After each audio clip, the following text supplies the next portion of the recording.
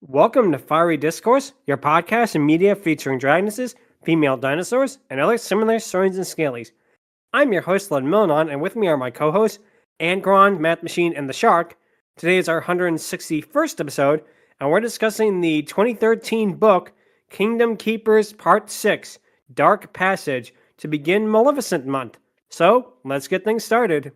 This is the most generous use of the term book I've ever heard in my life. Yep. But before we get to that, we're going to get to this. This month, we are actually going to be talking about Maleficent Month, which is a month dedicated to the mistress of all evil and her dragoness form in particular, because, let's face it, Maleficent is probably one of the most iconic dragons, not just dragonesses, dragons, period, in film history. So, it's time we give her her due. And we're going to talk about good versions of her, but we're also going to be talking about not as good versions, and this is a prime example of the latter, believe me. Yeah, honestly, Maleficent is probably where a lot of our favorite dragonesses came from in one way or form. Ludmilla, for example, was definitely a more comical take on her transformation, and characters like Queen Wicked from Bonicula were clearly inspired by her, so yeah, we really owe Maleficent her month. Oh, absolutely.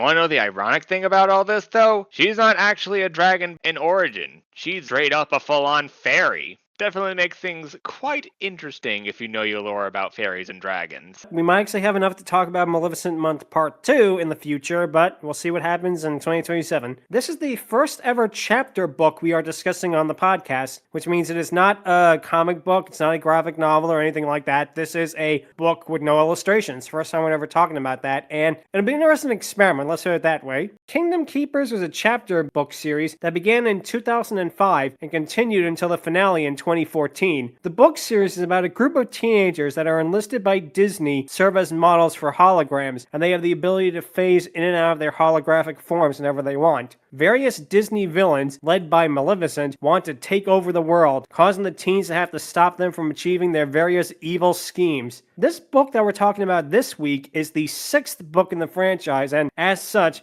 it has a lot of parts that maybe might not make as much sense as it was if we actually began with book number 1. Reading just this one book was difficult enough. We were not going to read 5 additional books with 0 Dragoness Maleficent just to understand this. That initial synopsis alone really screams, we have Kingdom Hearts at home. Kingdom Hearts at home? It even has the name Kingdom in its name. It was honestly interesting enough for something like Wizards, where beforehand I was able to at least get a lot of the context beforehand for that particular episode. Here, however, we unfortunately weren't so lucky, so we're going in blind, folks. Strap in. The book begins with Finn, the main protagonist of the book series, diving off of the bow of the Disney Dream cruise ship. And of course, Disney owns Titanic, so you gotta get that IP in right away. It turns out he jumped off not because of an iceberg, but because he was being chased by hyenas. I do want to point this out. The hyenas are not Shenzi, Bonsai, and Ed. They are just generic hyenas. Really, it's kind of a missed opportunity when you think about it, although considering what happens to one of them in a little bit, maybe that was a good thing. Yeah, with all the stuff that's gonna happen in this cruise, boy, am I glad that I took Daisy's cruise instead. Yeah. Much safer, even with the carts going around. As he flounders in the water, Willa, another member, is drowning. It turns out they're flickering out of existence because, since their holograms being projected on the ship, their signal is getting weaker and weaker as the ship moves away. Obviously, since they're flickering in and out of existence, they're going to go to the Take On Me music video. I love how even in fantasy novels, one consistent in the universe is the Wi-Fi on cruises sucks. Yeah. Don't you worry, there is another example of that in this book that, as someone who's been on a lot of cruises, really made me laugh. They ride the crests of the waves to keep themselves clear, as we get exposition that Maleficent and the Queen from Snow White are on the cruise. Finn manages to use his swimming strength to save Willa, but it is not enough, as he uses a phrase taught to him by King Triton to save him. They also mention that Cruella de Vil was on the cruise as well, and yet she never shows up in the book. Very strange.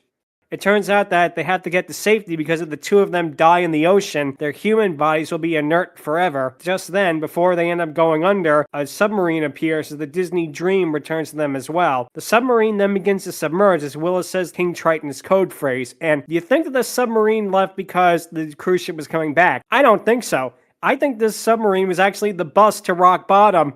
"Hey, SpongeBob, boss is here!" Nice. That or you're gonna travel with the Beatles in a yellow one. Before they drown, the two of them are saved by dolphins and taken back to the ship, and Finn wakes up back in his own body. Chapter 2 begins with all of the Kingdom Keepers scrambling for an object.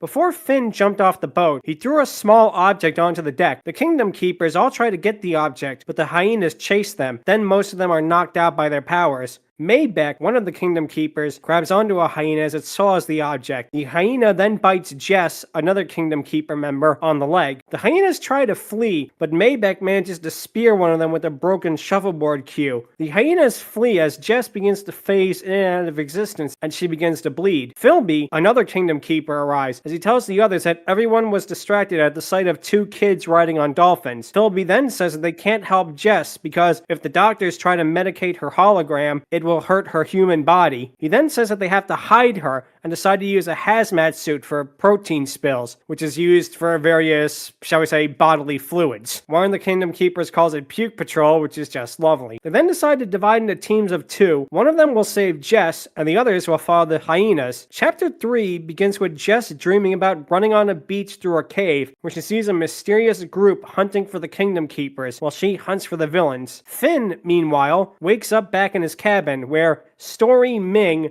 a helper of the Keepers, yes, that's her name, and no, she is not secretly Ming Li, even though a giant kaiju panda would be very welcome in this book. Oh, what a shame. She says that Jess is in trouble as Finn gets Willa and tells her about Jess. Finn cockily says that he's way ahead of her as she's upset, obviously because she just nearly drowned, and Finn says that he used the King Triton code to save them. They leave as we cut to Maybeck and Charlene, another keeper, as they're trying to get Jess safe. Maybeck says they'll meet Story because she has an access pass. Then they meet her on deck number 1. Story arrives and tells them that she'll get the suits and a mop and a bucket to make it look like they're workers. Story says that they're stealing equipment, as Maybeck says, "We're not stealing, we're borrowing." And yeah, obviously they've done this a lot of times. They borrowed Sandy's hedge clippers, they borrowed Plankton's lawnmower, they even borrowed Mrs. Puff's hair curlers. They even borrowed the villain loot from the First National Bank of Villainy. Voltar would definitely be jealous that they did it first instead of him. Maybeck says that they will do what they have to do in order to protect Jess, as Story says that Maybeck will look stupid in the suit. We cut to Maybeck and Charlene in the suits, which do not fit them very well, before they put the other suit on Jess. They have her hang onto the cart as Philby and Finn follow the hyenas. Finn takes a defibrillator, as it turns out that the hyenas stole a flash drive with the villain's code on it. We then cut to Greg, who is a teenager that is currently possessed by the might of the villains. We cut back to Finn and Maybeck as the blood from the hyenas vanish. They say that it could be from the work of either Maleficent or Tia Dalma. Now, for those of you who don't know, Tia Dalma was the voodoo woman from the Pirates of the Caribbean movies. Spoiler alert for a nearly 20-year-old movie. She turned out to be Calypso, the goddess of the sea. She basically vanishes and she kills Davy Jones and disappears. In those movies, she is not really a villain, which makes the things she does in the book really out of character. It is so weird when I actually went back and watched scenes of her in the Pirates movies, and okay, she's a trickster, but she's not a villain, certainly not to the extent how she is in this book. In the movie, at most, she was doing her own thing for the most part. She wasn't really against them, but at the same time, it felt like she ultimately had an ulterior motive in mind.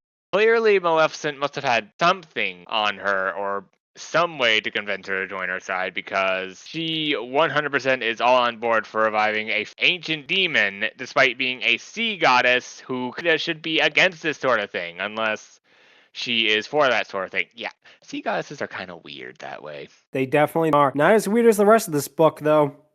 Finn and Maybeck then see blood on a do not enter sign. They see the place where the anchors and ropes are held. It turns out that there's a bad odor there as they turn on the lights to see one of the hyenas gutted. This right away really surprised me, and spoiler, this is a book promoted by Disney as fun family fun for the whole family, and yeah, it goes places. I imagine a lot of kids who got this for their birthday might have had nightmares after reading this. Oh, absolutely. Yeah. Fun for the whole family. About as much fun as Park Palace and Knights of Guinevere. Finn and Maybeck then see a series of S's painted in blood nearby, as they then decide to throw the hyena's corpse overboard. However, Greg jumps out from the shadows and begins attacking both of them with a knife. Greg is assisted by another hypnotized man, Dixon. As it turns out, they were the ones who killed the hyena. Greg warns them to get off the boat no matter what, as Finn asks where the flash drive is. The chapter ends with Greg yelling one of them will die as they both run off. Now, one of the things this book does that is very weird, the chapters are an uneven length. And I don't mean uneven in that chapter 3 is 5 pages and chapter 4 is 6 pages. No, there are some chapters in this book, including a chapter that is really important to us later, that are only maybe 2 pages long. And the length of this makes it even weirder to read because it makes some of the longer chapters feel like they drag on forever. For other information, this heavy air quotes book is 255 pages and there are 34 chapters. That's an average length of 7.5 pages a chapter. Is this written by a second grader or 4 second graders? I can't tell. Yes. On the one hand, novels like Terry Pratchett's Discworld have done this sort of thing before, where their chapters are a little uneven to the point where there are some chapters or sections that are shorter and others that are a little longer than usual. On the other hand, those were made by a competent author, may he rest in peace, who has mastered the art of writing and has found a way to balance said unevenness to its advantage, and in even a comedic way. Here, however, not so much, unfortunate. And while that's not entirely bad for stuff like synopses, like we're doing, it doesn't exactly make a very interesting or evenly spaced book. Chapter 4 begins with Amanda waking up in her body, as Jess wakes up yet again. And Jess, of course, is screaming in pain because her leg just got chewed up by a hyena, so she's not doing too well. Jess's leg is gushing blood as Amanda decides to put ointment on it and says that they'll bandage her up. Jess tells her about the dream and that Maleficent and the evil queen want to kill Charlene, and they have to protect her. They then get a text from Wanda, who is one of the Imagineers that helps out the Kingdom Keepers, who tells them to cross over. And man, I didn't know Disney bought the rights to Ghost with Patrick Swayze too. I hope that they meet the subway ghost next. This is my train. This is my train. It turns out that they do cross over, and they end up in Disney Hollywood Studios theme park, underneath the giant Sorcerer Mickey hat. 2 things. Number 1, the giant Sorcerer Mickey Mouse hat no longer exists. And number 2, now they can see Muppet Vision 3D. Oh, wait. Oops. Ariel, yes, that Ariel, shows up and tells them about the stolen journal. Ariel then summons Meg from Hercules, Tigger, and Pluto, as Ariel says how the Imagineers managed to help them all out. Ariel tells them that the battle between good and evil has subsided for the time being, as Amanda shows them how the holograms work. Meg then, and I want to preface this by saying, this actually happens in the book. I am not making this up. I do commission writing for a living. I could not come up with something this insane. She pulls out a series of teeth from a satchel and scrapes them over the wounds, saying that the Oracle of Delphi told me once that he that wounded shall also heal, which manages to heal Jess's wound. I want you to take this in, because this, on the face of it, would be one of the weirdest things of all time. This might not crack the top 5 of weird things in this book, which says something. It's very common for us to say the phrase that never thought we'd say in one of our Otter episodes once or twice. Get ready to hear that on repeat here. We could probably just say that for the rest of the episode, and that would make a lot more sense. Here is a moment where context is definitely needed from the first 5 books, because, yeah, we see these Disney characters, the Disney characters that are on the side of good, and we literally never see them again from that point onwards. To be perfectly honest, you could have cut them out and replaced them with literally anybody else. But then again, we have Meg, a woman who was previously owned by Hades once upon a time, putting teeth on a wound, which I'm sure in some tale or something involving Greek, it probably would have been an established way to heal Jess. Yeah, I gotta agree, it makes about as much sense as everything else that's about to happen in this book. Ariel says that they are a team, and for them to tell the others about how they met them, and then they are teleported back. Chapter 5 begins with Finn meeting with Story, as Story is convinced that they're going behind Philby's back. Finn has a crush on Story. It turns out that there's a long and very boring love triangle thing going on between them, which that's one thing this book really loves to do, is long and drawn out teen romance, which does not get any better as the book goes on. Finn stares into Story's eyes and nearly kisses her as Story talks about how brave he is. The two of them then go to the radio studio, where they call a Walt Disney World radio station, and they patch through to Wayne. Wayne, it turns out, is another Imagineer, and was also the pilot of the submarine that saved them earlier. Yeah, you've kind of dated your book series when A, teen romance happens, and second, stuff like the Disney hat are still there, even though nowadays they're not. He tells them about Chernabog being brought on board by the villains. They have to find him with the help of Bob, a security officer. Wayne says that Tia Dalma being there makes things a lot more difficult, as he then says,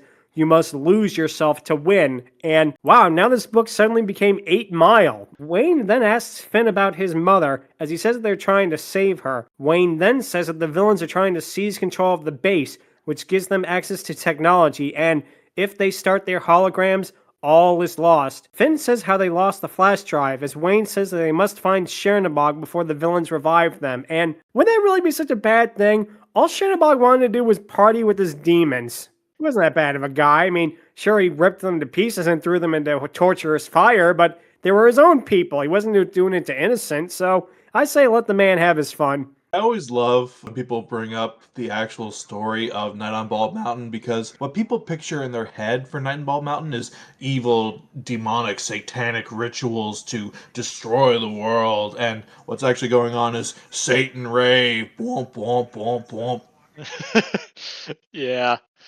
Like, at first everyone's just like, oh no, it's the end times, the 4 horsemen of the apocalypse have come. But in actuality, it's party hard. Yeah, party hard, y'all.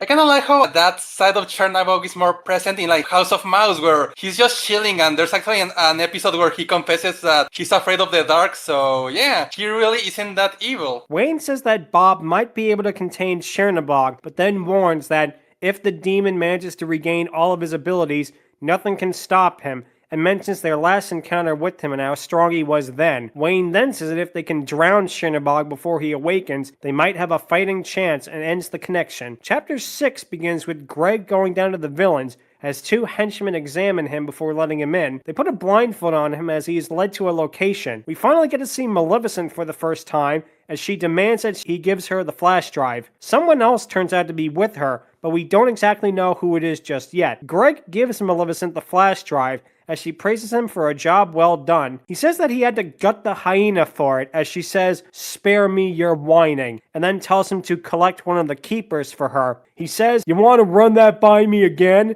To which Maleficent sneers at him, and he apologizes profusely. Maleficent then says that once the ship reaches Aruba, he will have an associate help him with an important task. Maleficent then says about how she regrets choosing him, and then she mentally torments him by showing him killing the hyena again and again and again in his head. I'm sorry, Maleficent is the best part of this book by far, because that is absolutely in character for her, just to psychologically torture this guy because he backsassed her. As a quick aside, Maleficent is marketed as the main villain for this book. She's even on the cover. It took 46 pages, roughly 1/5 of the whole damn book, for her to actually show up in it. And her appearances are a lot more sporadic since then. Maleficent then says how you will do exactly as I say, and for him to get in and out immediately.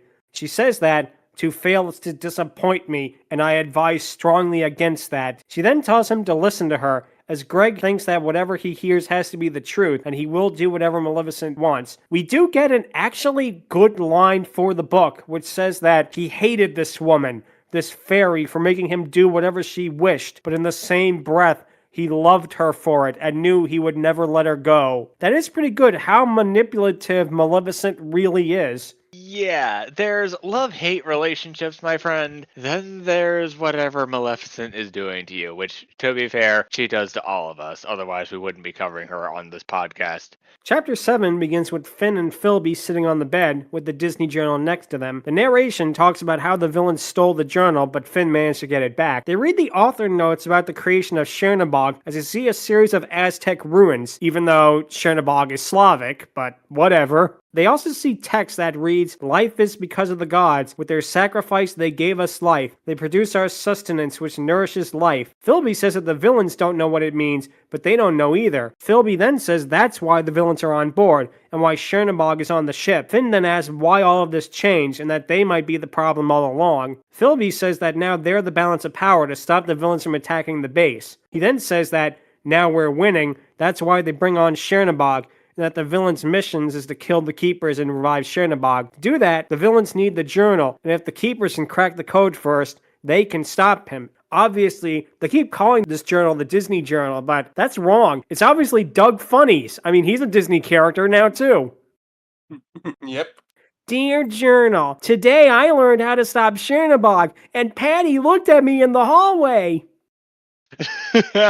She gave me the weirdest look for it. We're talking about ancient Aztec ruins in a product made for children. When are we bringing up the Shrine of the Silver Monkey? Wait, wrong network. Nice. Go, Chuck. Going back to Dog's journal, Mickey wanted to hire Mr. Dink as one of the keepers because he was very strong and could have solved every single problem. Thing is that hiring his services is very expensive. Nice. I heard Aztec, and all I could think to myself was, when are Yzma and Kronk showing up in this book? Chapter 8 begins with the Keepers at breakfast. As Finn shows them all the pages, Charlene talks about how a hummingbird attacked her, as Philby notes that hummingbirds can't survive at sea. Willa notices a drawing of some stairs by a beach and says that could be related to Jess's dream. Willa then shows Dory the photographs and how the Mayans had a written language. It turns out that Jess's cave dream relates to the steps and the symbols with caves in Aruba. Finn says that Aruba is the next port of call, and the symbols might be in a cave there. Maybeck says that something is missing, as Story says that they have to find out what the Aztec symbols mean. Willa says they can use the on-deck computers, which made me laugh because, infamously, on-deck computers on cruise ships are absolutely terrible. The rest of the book would be them just waiting in the computer lounge for it to load. It would literally just be them sitting around, and then meanwhile, Chernabog is in the background raising hell. That would be the rest of the book, and it might be a better book, I'm not gonna lie. Chernabog is laying waste to the world, and the hero's plan is foiled by 90s internet slowness. I'll imagine now it's like, wait, Finn, we don't need to use magic to stop Maleficent and Chernabog. We have technology. And they start beating them up with a computer. Yeah, takes a computer monitor, throws it at Chernabog's head. Philby tells them about the symbols being about Chernabog and how Chernabog was influenced by many cultures, including the Minotaur and Caribbean Bigfoot-like demons. In reality, Chernabog was called Chernabog because Walt Disney couldn't come out and say it's about Satan, even though he clearly was. It was because of the Hays Code at the time. Chernabog. Minotaur. Those two phrases do not go together. The hoofed legs, fine. I can understand where they're coming with that, but for this book series to do that to a guy who is based off a literal lord of hell, yeah, that's gonna be a no for me, Ace. Philby then says how the pictographs might say how to wake up Chernabog. Willa then says that Charlene's hummingbird might have something to do with it, as hummingbirds don't sleep, they enter a state called torpor. Bats, like Chernabog, also enter torpor, as it turns out that Tia Dalma is trying to practice her magic on him. Finn is then touched by a red-headed woman that gives him a note that says, Pan Pet Chin. They wonder what it means as the group wonders if the redhead is a fellow hologram. Maybeck then says that they have to follow the villains, as Philby says that he has access to all of the onboard cameras. Maybeck then says that they have to get off the ship at the same time as the villains and beat them to Chernabog. Then realize they have to be there for orientation night on stage. They say how Maleficent attacked the audience last time, so they'll be there 20 minutes early to make sure she isn't there this time. They're going to split into two groups. Boys go backstage, girls to the other rooms. Finn then says that if they can find out what the information in the journal is, they can finally control Chernabog. Chapter 9 begins with Willa arriving backstage, as she wonders if Chernabog is hiding behind the entrance. Finn then arrives as more of the nonsense love triangle appears. Willa then says that she's managed to crack the code, as 3 of the pictographs reads Gold Island Cave. Finn thinks it's a treasure map. It's not a board game taped to a piece of paper, although it would be much better if it was. Willa says that it's buried on a cave in an island in Aruba. They then talk about which villain is most powerful, as Willa says that it's Tia Dalma, because she's a witch doctor who is more in, quote, their world than anything else. Finn thinks about his mother before Maybeck and Charlene arrives. Maybeck asks what they'll do if they find Chernabog, as Finn says that they'll call security and have, quote, no heroics. We cut to them in the theater for the Aruba orientation. The director of entertainment appears and begins talking while a slideshow of Aruba plays. Finn and Maybeck sneak around backstage while Charlene and Willa are in the beauty salon. They go to where Chernabog's crate is, only to find it completely empty. Finn and Maybeck continue to go backstage as they look through various props, including giant alphabet blocks from a Toy Story stage show. They find nothing as they look through the giant blocks before 2 stagehands appear. The 2 try to hide before Maybeck sneezes, causing the 2 crewmen to notice them. We cut to Willa and Charlene still sneaking around before they go backstage as well. Willa uses her ID card to get into a service room, but it turns out that there's other crewmen there, as they lie about getting lost. Dixon, the guy who worked with Greg, recognizes Charlene as she looks around the room to memorize it. The pair then go into another room, only for Dixon to catch them and pull out a police baton. Willa says, "You're not gonna hit a girl," as he says, "No, I'm gonna hit 2 girls if I have to. Your choice." Charlene kicks him in the face, causing him to be knocked away as Willa runs down the hall. Charlene ties up Dixon, as she then sees that Willa can't move for some reason. Dixon, however, manages to kick Charlene in the chest, then tries to kick her again before Willa flips him over and knocks him out. They drag the guy into a machine room and lock him up in there. We then cut back to Finn as 2 crewmen ask what they're doing there. Finn lies about wanting to see what letter was on one of the Toy Story blocks, and the 2 crewmen seem to buy this, until one of them approaches them and says, "We heard your 2 girlfriends poking around where they don't belong." The crewman then asks, "Where's the other boy?" as they begin to corner them. He then says that stage manager wants to speak with you downstairs before Philby cuts the lights, allowing both Maybeck and Finn to beat up the crewmen. A crewman tries to beat up Finn, but Finn beats him up, and it turns out he's much stronger than he usually is. Maybeck is dazed, but manages to say the word piñata. The team then go to the theater, where the director says that the final pictograph means flower. The pictographs are Island Cave Gold Flower. Dixon and the other crewmen then corner the keepers, but they run on stage and the crowd cheers, thinking it's all part of the show. The stagehands arrives holding tasers, and then they begin to tase the lecturer as the audience laughs and laughs at this.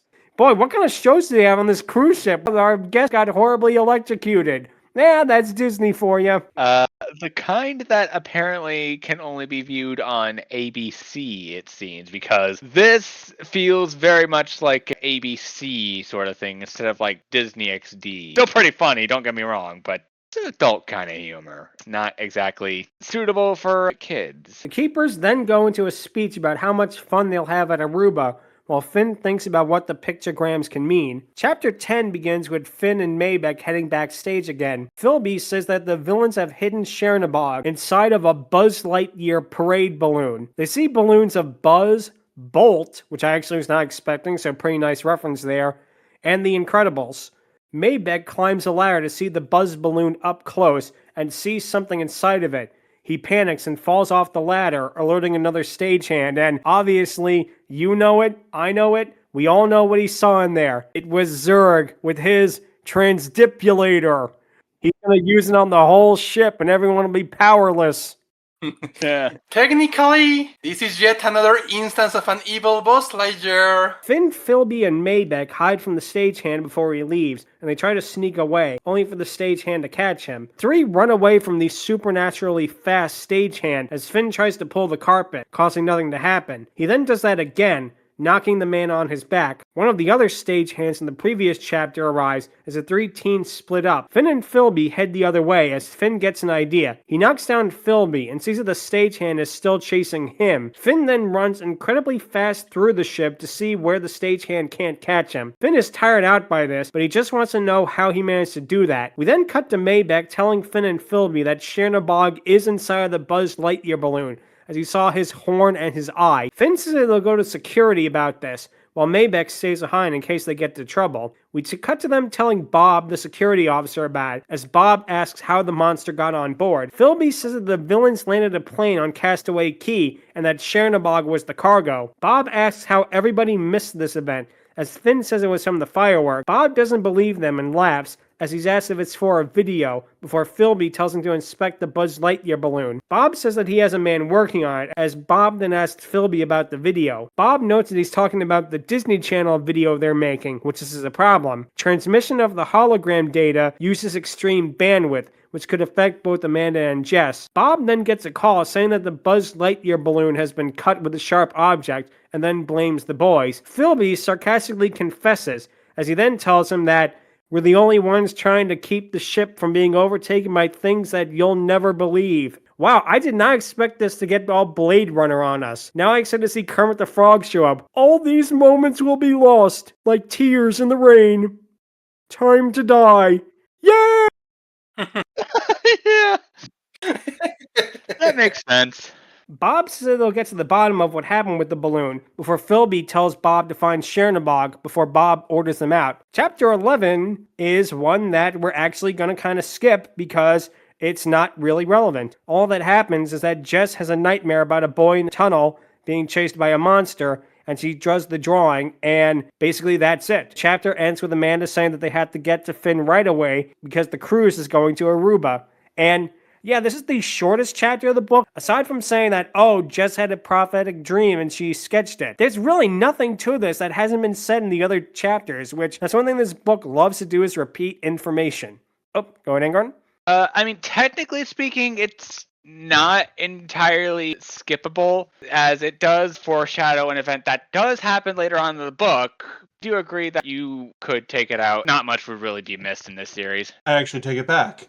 I'm no longer going to insult this author because it takes great skill and ability to be able to write in filler in a novel. Chapter 11 begins with Clayton, a security guard, heading backstage for the theater, and his name is Clayton. He's not the Clayton from Tarzan. I just want to get that out of the way.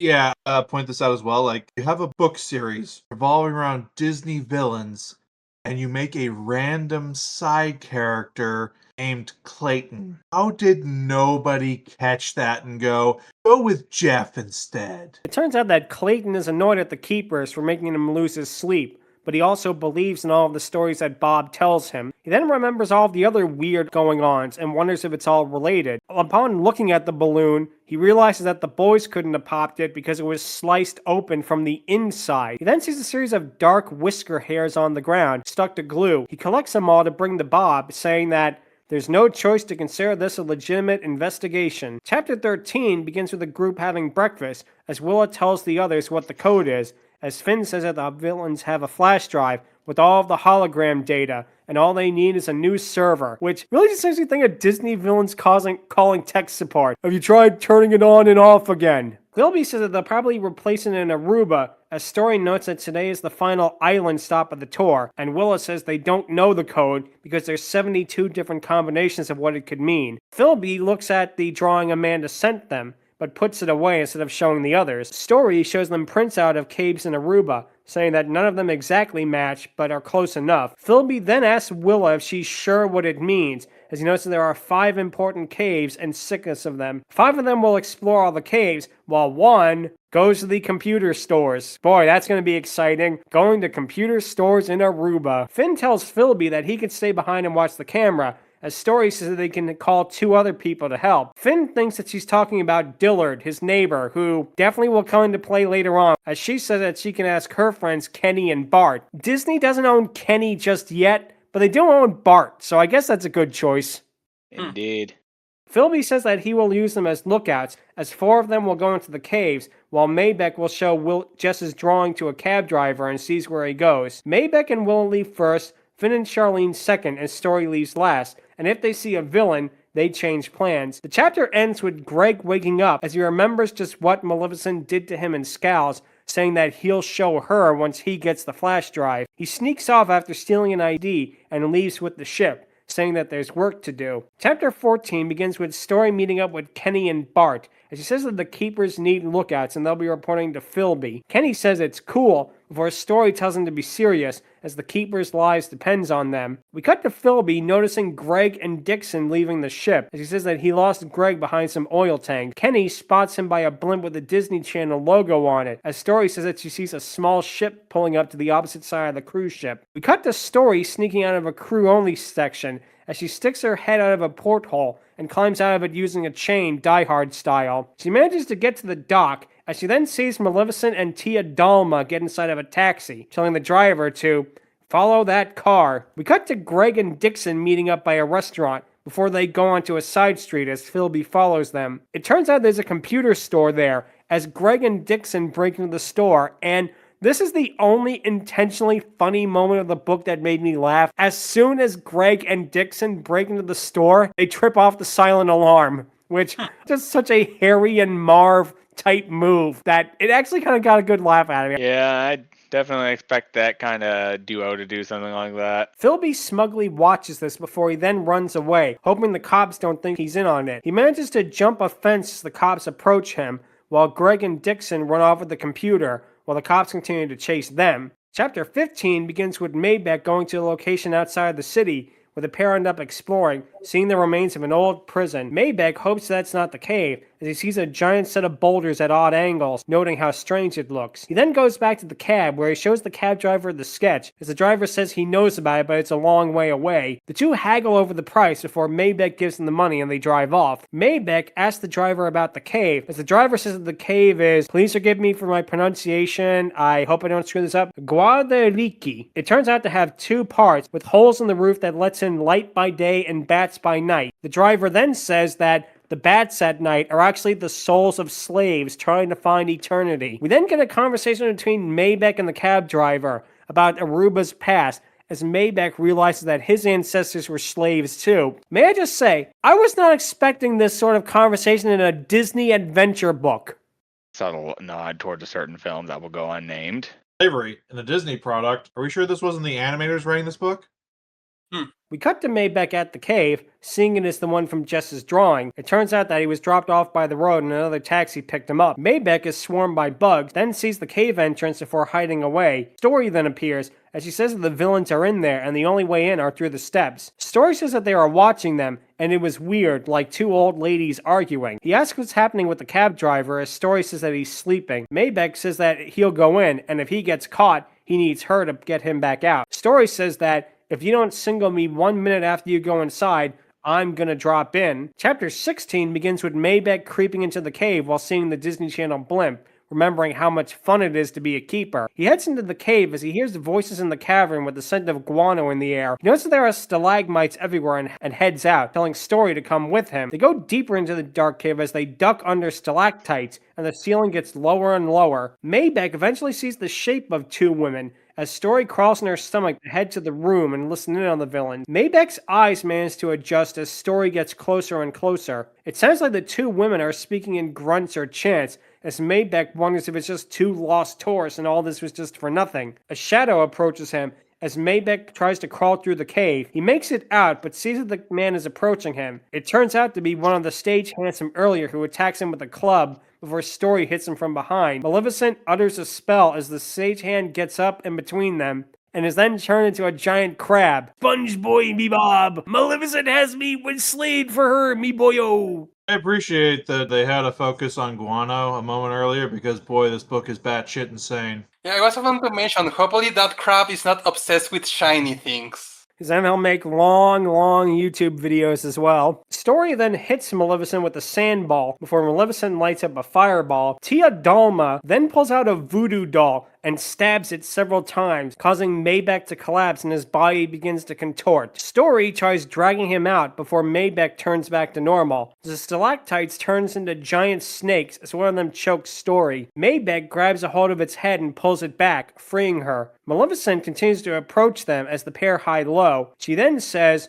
"Are we so limited in our thoughts," as the ground turns into snakes as well. Maybec is terrified as he then picks up a snake and throws it at Maleficent. Maleficent merely catches it and turns it into a rope, while Tia Dalma uses the voodoo doll to really torment Maybec.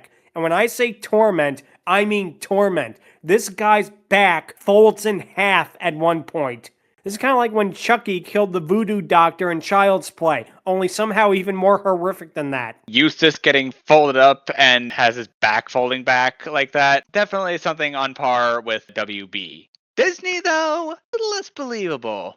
Outside of Touchstone, anyways. Before Tia Dalma can kill Maybec, Charlene shows up, distracting Maleficent, who throws a fireball into the ceiling. This causes the snakes to flee and bats to swarm them. Maleficent turns the bats into rats as Tia Dalma berates her for this. She literally talks like this: "I no like the rats, ya lizard-skinned fairy." Wow, she talks like that. I know who she is. She's not Tia Dalma. She's Chico Marx. "I no like the rats, boss."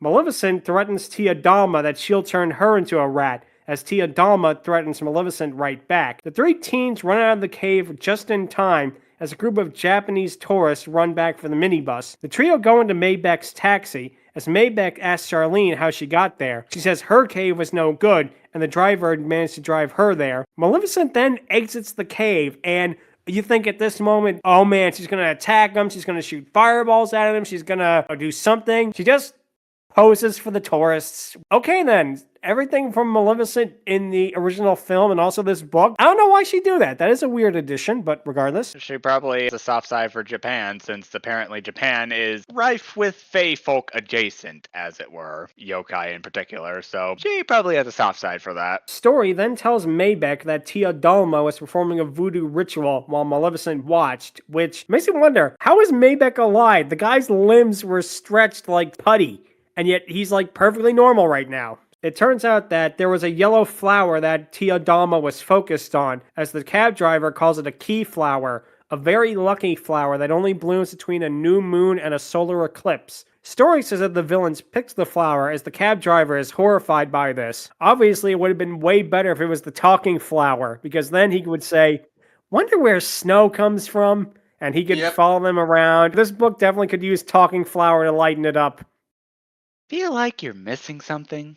We cut back to the boat, where Willow talks to Finn about Amanda and how he's treating her. Willow then tells Finn to apologize to her, before Willow asks what will happen if the villains manage to win. He says that they will be unstoppable. A boy approaches them and tells them there's one of the cast members he doesn't trust. It turns out to be Dillard, as he tells them to head to the starboard side of the restaurant where they'll be safe. Chapter 17 begins with the keepers making a Disney Channel commercial, while Maybec talks to the fans. Andy, the director of the commercial, tells them about the scene they're going to record, for mentioning that Maleficent is going to make an appearance near the end of it. He says that they're going to do Maleficent's magic in post, as Finn is shocked by this. Andy thinks this is a joke and says that Maleficent is in wardrobe and styling. Finn tells Willa and Charlene that the green machine is scheduled for the next shot, which is weird because I didn't expect Luigi to be on this ship.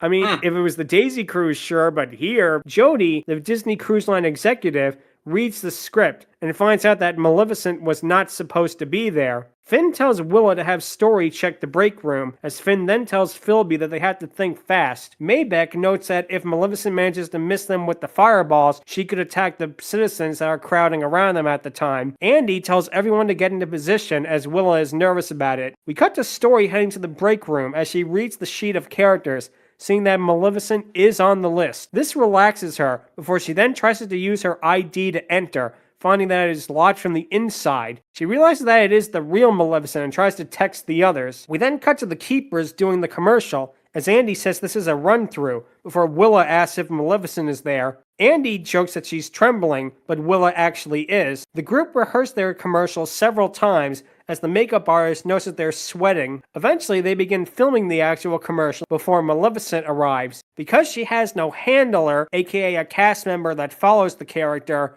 the Maleficent that is there is really her. Willa and Finn run for the lighting panel, while Maybeck and Charlene head to a tripod. That's a film tripod, not a War of the Worlds tripod, although the latter would be awesome. Willa and Finn manage to blind Maleficent as Charlene pulls Andy away. Maleficent manages to summon lightning to try and stop them. She actually manages to hit Maybeck with a bolt of lightning before she teleports away. Finn sees the staircase to the aqueduct, which is an enclosed water slide, as he focuses on the steps. Diablo then arrives and caws evilly, before an entire troop of ravens begins flying to the ship. A crew member tries to help Maybeck with CPR before the birds all begin to attack. The birds all attack people, with Charlene getting her scalp attacked by them until she starts bleeding. Oh man, this is my all-time favorite classic Disney movie, Birdemic, Shock and Terror. We just gotta get them coat hangers and everything will be a-okay. Look, I know the joke is that Disney owns everything now. I didn't know they owned Alfred Hitchcock, too. That's another good comparison. Of course, among all the screaming people in the cruise, we can see a simple, "No, sir, not getting out of this chair."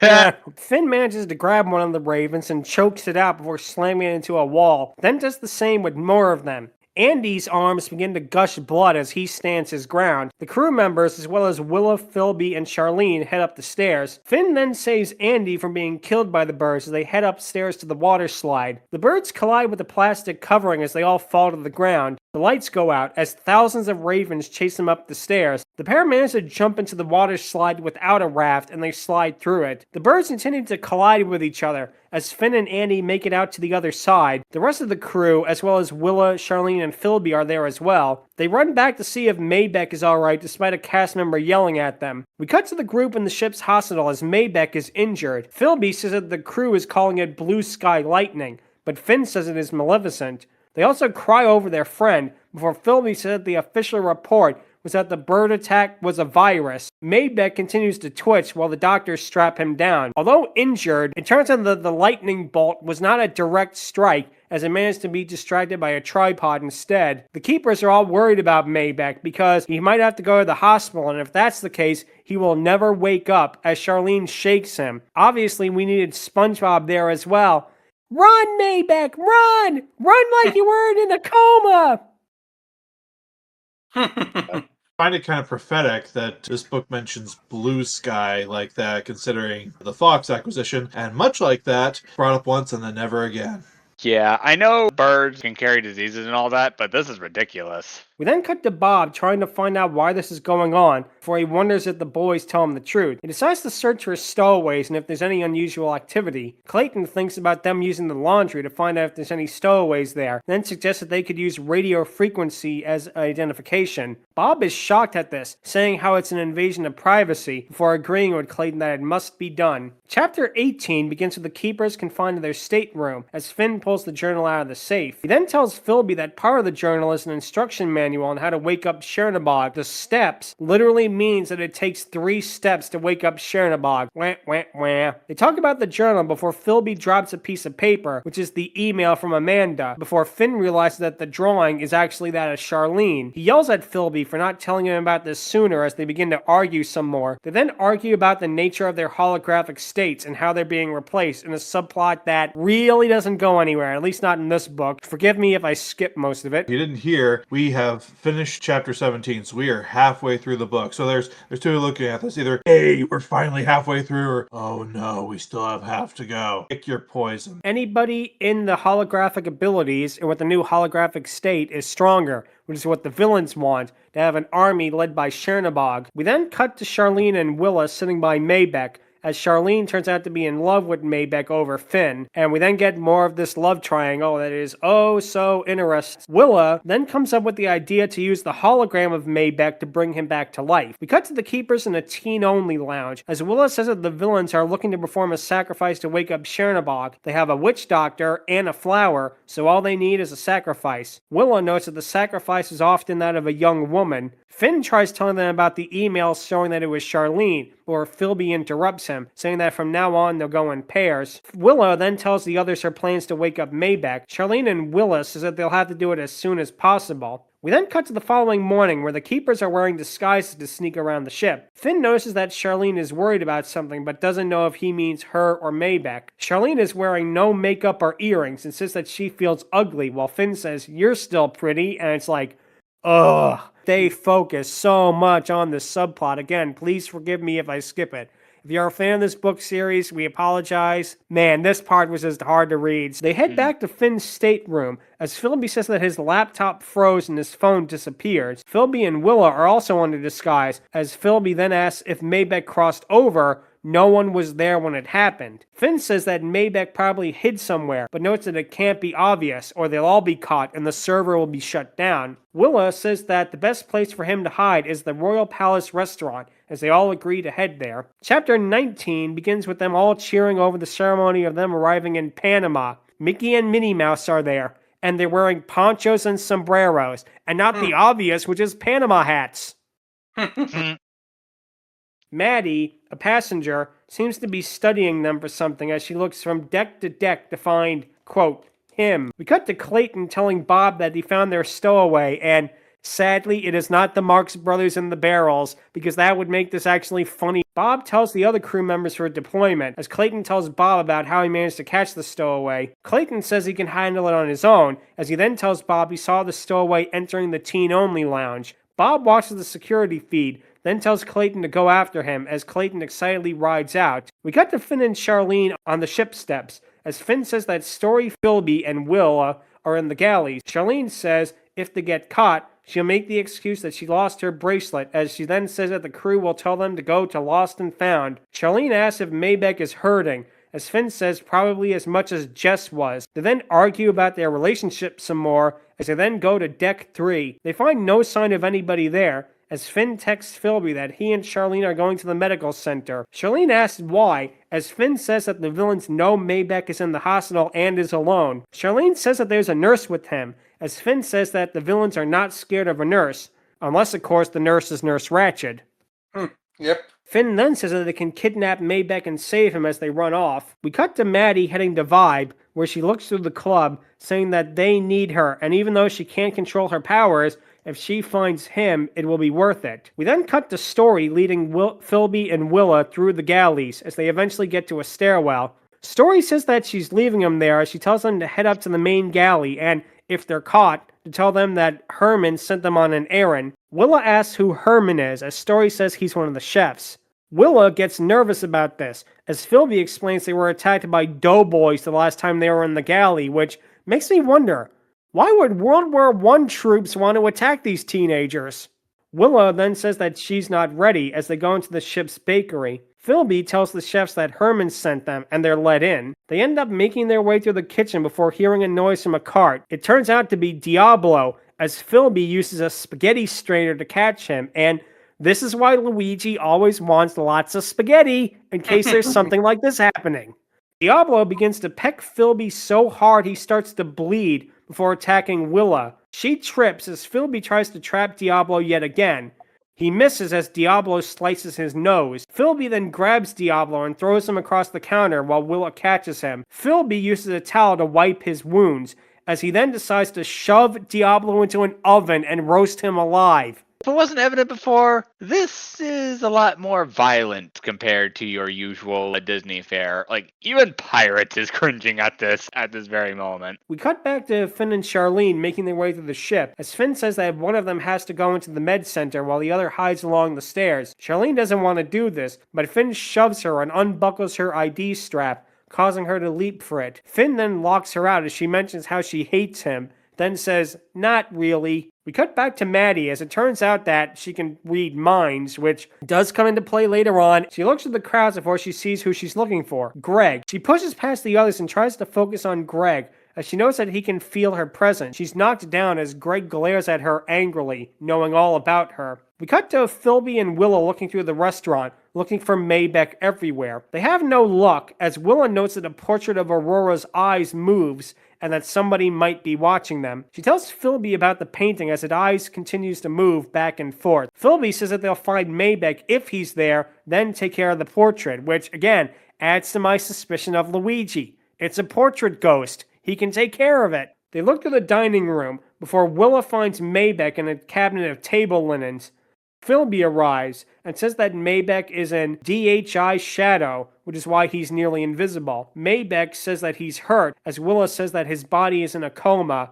She tries to wake him up as he does so, getting stronger and stronger as he encourages himself. Philby throws a tablecloth over the Aurora portrait as he texts the others about Maybeck. We cut to Finn arriving at the hospital ward, uneasy about everything going on. He then feels the phone vibrate and, thinking it's Charlene, does not answer. He enters the hospital door, realizing that he's stalling for time and he has to face his fears. It turns out to be Maddie, who's texting him that one of you is going to die. We cut to Finn in the hospital talking to the nurse about Maybeck, as she says that Maybeck is still in a coma. He offers to take her place while she can enjoy all the festivities on deck. She says she'll be back in 5 minutes, as she has Finn turn around while she locks the door with a syringe in it. She leaves as Finn checks his message, seeing the one of you is going to die message. He tells Maybeck that it's not going to be him. We then cut to Clayton searching through Vibe as he fantasizes about how this is going to make him so popular and he's going to get a promotion. We cut back to Finn realizing he made a mistake as he left himself and Maybeck open for an attack. The door to the hospital opens as a woman enters the room, seeing a person in a chair. The woman casts a spell, causing the person to collapse to the floor,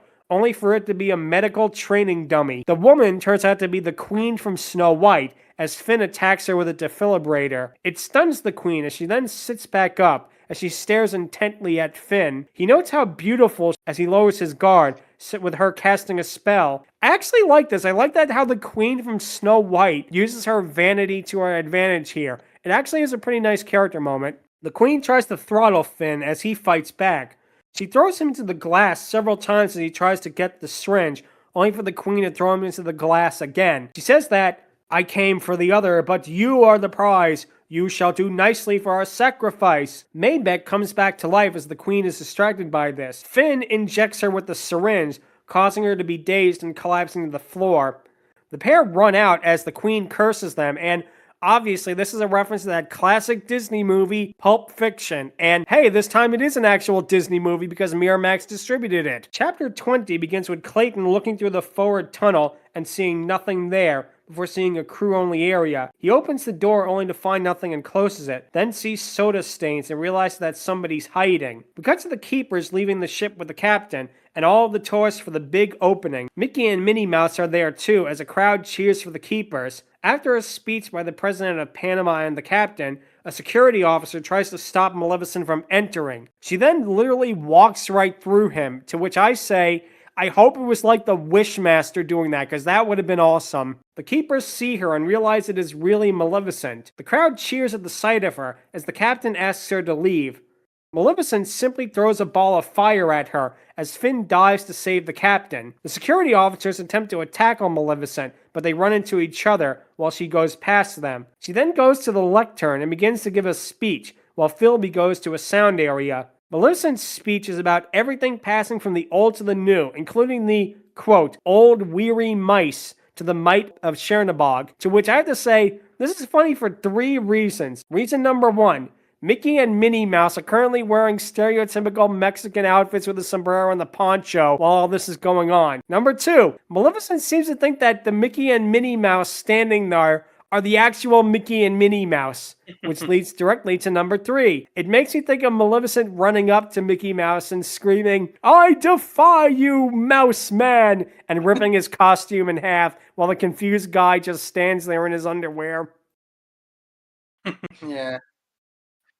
And all this is building up to Maleficent's biggest reveal, her shredding the electric guitar and playing Panama. Philby manages to mute the microphone as Maleficent scowls at him. A dark cloud comes overhead as it turns out to be Chernabog's face. Maleficent notices Tia Dalma standing on the back of the ship and summoning him. Chernabog smirks evilly and blows on them, causing hurricane-type winds. Tia Dalma then causes lightning to strike the lectern and it explodes. Bob looks at Finn with the face of, Okay, I believe you. Bob and the captain manages to get everybody on board as hail and lightning begins to happen. Just as the gangplank is lifted up, the storm instantly manages to stop. The captain yells that he wants answers for how all of this happens. Finn is confused at this before realizing that the Chernabog in the sky was not the real Chernabog. It was an imitation made by Tia Dalma, and the real Chernabog is still in Topor. He realizes that if he protects Charlene, then they can finally stop Chernabog.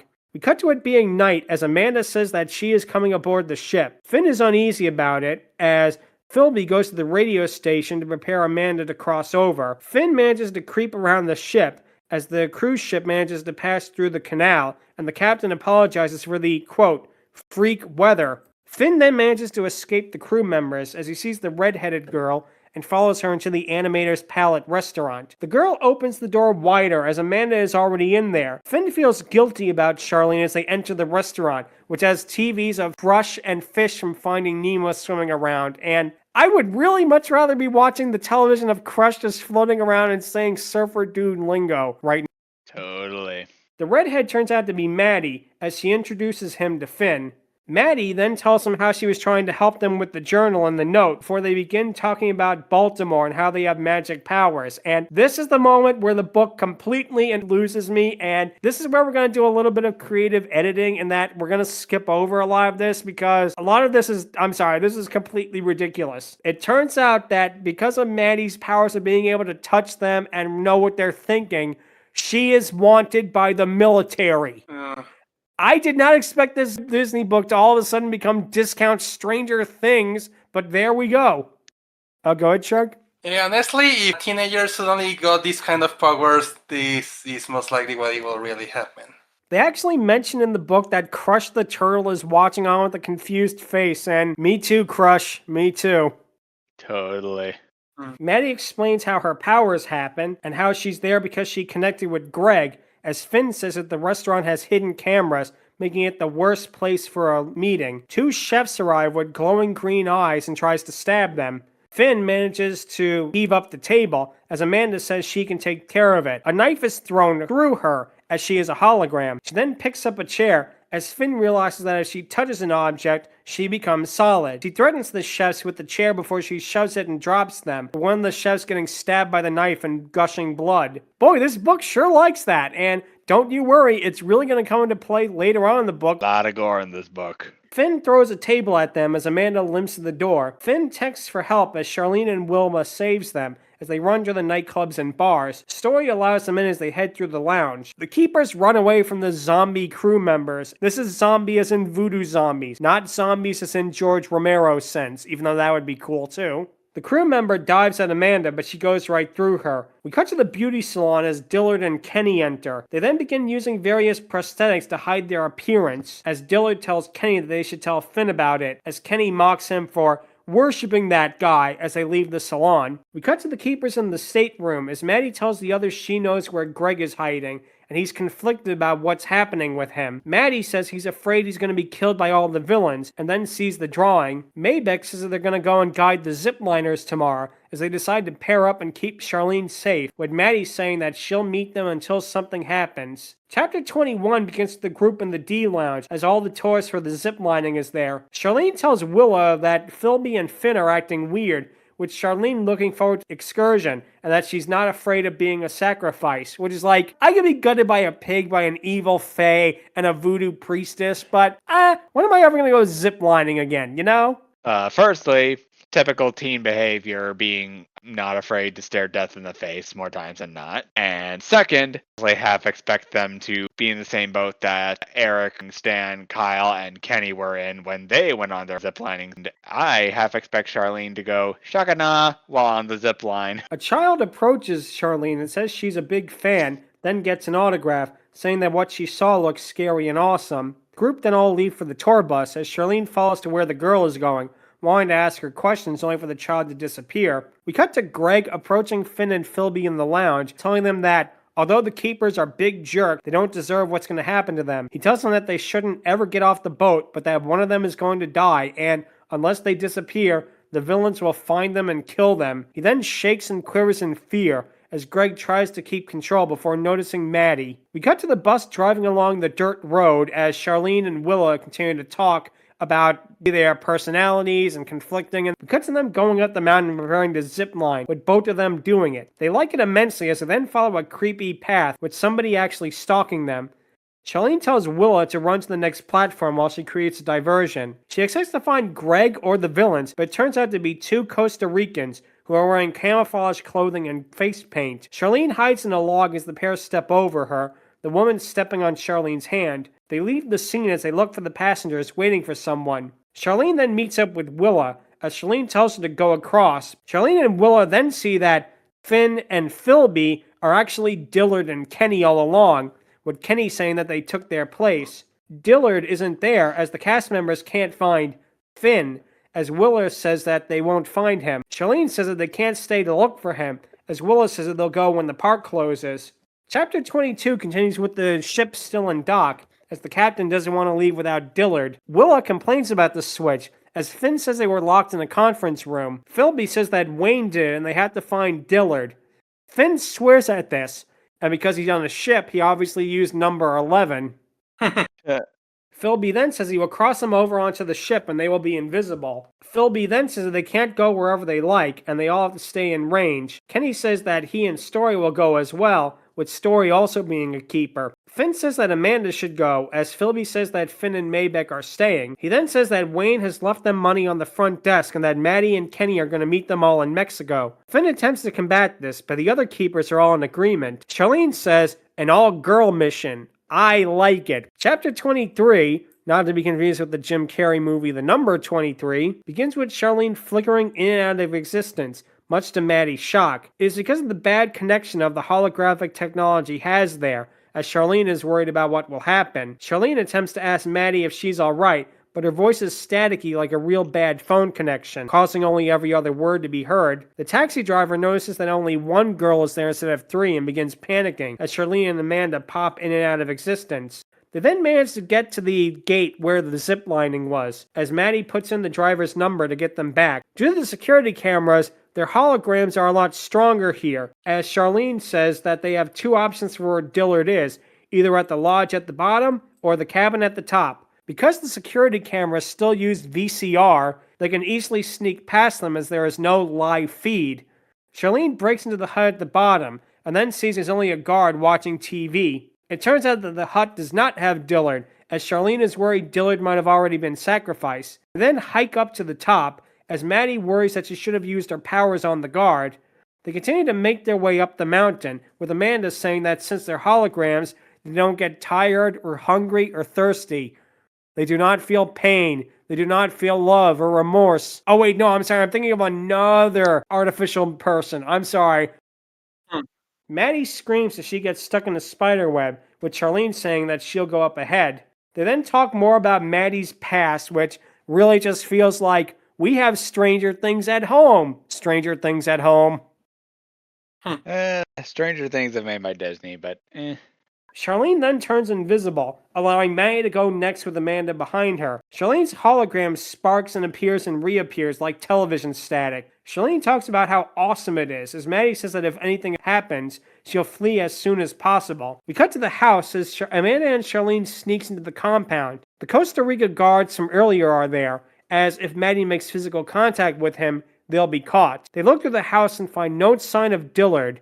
She crawls in as Charlene grabs the woman and asks her for Dillard. Amanda electrocutes the woman, as Maddie uses her powers to find out where Dillard is. Another guard appears as the woman attacks Charlene, only for her blows to go right through her. Charlene strangles the guard, asking where Dillard is as Amanda pushes them away. She sees the man from earlier and tells Maddie that's him. Amanda knocks him down as Maddie uses her powers to see a duffel bag with a boy trapped inside of it. And it turns out all of this was completely pointless because Dillard was on the ship the whole time. I feel like Squidward in Squidward's Day Off when SpongeBob says, "We forgot to change the close sign to open." Maddie then says that the person who will die will be Finn as they all escape, diving off a platform. The guards try to drag them back with a pulley as they're currently stuck on a zip line. The guard tries to catch them, but he nearly falls to his death. Charlene saves him, as all of the Costa Rica guards now think that the trio of girls are angels and starts to pray to them, which, before this, it was like maybe 5, 6 out of 10, but after this, just no. Just no. We went from literal bird flock attacking kids and sorcerers to Costa Rican guards mistaking holograms for literal angels. That's definitely a twist, I can tell you that much. They then save the man and bring him onto the platform, and even though they think these two girls are angels, the guards then continue to attack them and throw rocks at them. However, Charlene says that Amanda and Maddie must leave her as they run into the forest while she jumps into a ravine. It turns out that they end up running before seeing a face staring at them from a shed with a cattle prod. Amanda then immediately locks the man in the shed, as they then make it to the driveway before the guard breaks out and chases him. Amanda then uses her powers to appear and disappear several times, causing the guard to get scared and fall down. She then whispers, and this actually happens, folks. This is stop number 2 on our what the hell is wrong with this book train. She says to the guard, "I am the devil," causing the guard to begin screaming in a fetal position and start to cry. I mean, you could go worse directions than the Mandela catalog, but yeah, way to traumatize this guy about that sort of thing. Anyways, go ahead, Math. I feel like what's going on here is the author genuinely believed that no one would be reading this up to this point, so they were just putting whatever the fuck they wanted in here as a troll. Thankfully, we finally get to something that actually was relevant to our podcast again, because Finn is at dinner and gets a note saying that he and Philby have to go see Bob per their recent activity at Animator's Palette. They go to deck 1 of the security office, only for Maleficent and the evil queen to be there. Maleficent, showing that she is the best character in the book by a wide margin, gets a great line where she says that there comes a time in every man's life where one must confront one's demons. This is the moment between youth and adulthood, the so-called dark passage. But for you boys, you will never reach that passage, for your time has come. And for as much faults as this book has, it does get Maleficent down pretty good. All the lines she says are perfectly in character. I'm sorry, I will say this, when it comes to Maleficent and the Queen from Snow White, it's like they were the ones that the writer focused on because they are the most in character. It's literally like you just took these characters from these films and plopped them in this horrible YA book.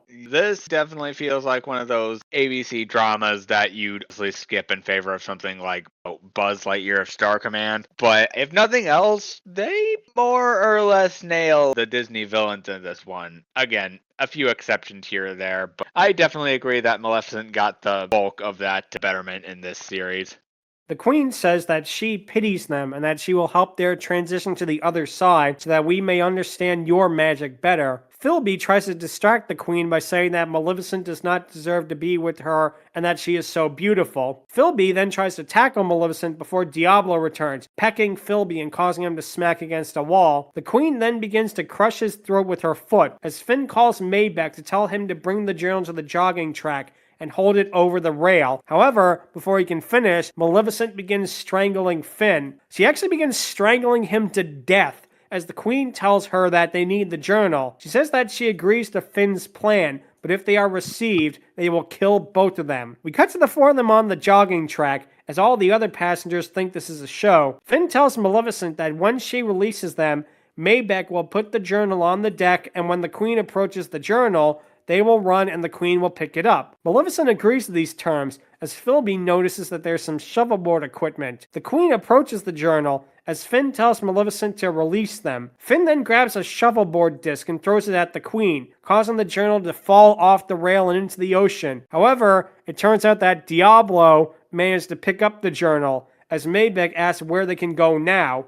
Philby says that they have to go through security. We cut to Charlene climbing her way through the park, and then manages to trap the men on the zip line and goes through the female guard and runs off. Just again feels like padding. Chapter 24 begins with Bob saying that he did not send them the note, as he tells them that he knows what they did in Animator's Palace. They saw you throwing knives and living on the edge. Finn says that the chefs were throwing knives at them, as Bob says it happened off camera. Philby then tells him to check Deck 1's camera feed 30 minutes earlier, only to find out that the upper quadrant of the security feed is pitch black. The same thing turned out to happen to the jogging track, as Maybeck tries to explain to Bob what happened. Bob doesn't believe them. He asks if they want them to excuse their act of vandalism with the balloon and at Animator's palette. Philby says that the villains stole the journal, as Bob ignores them, asking them more about the stowaway.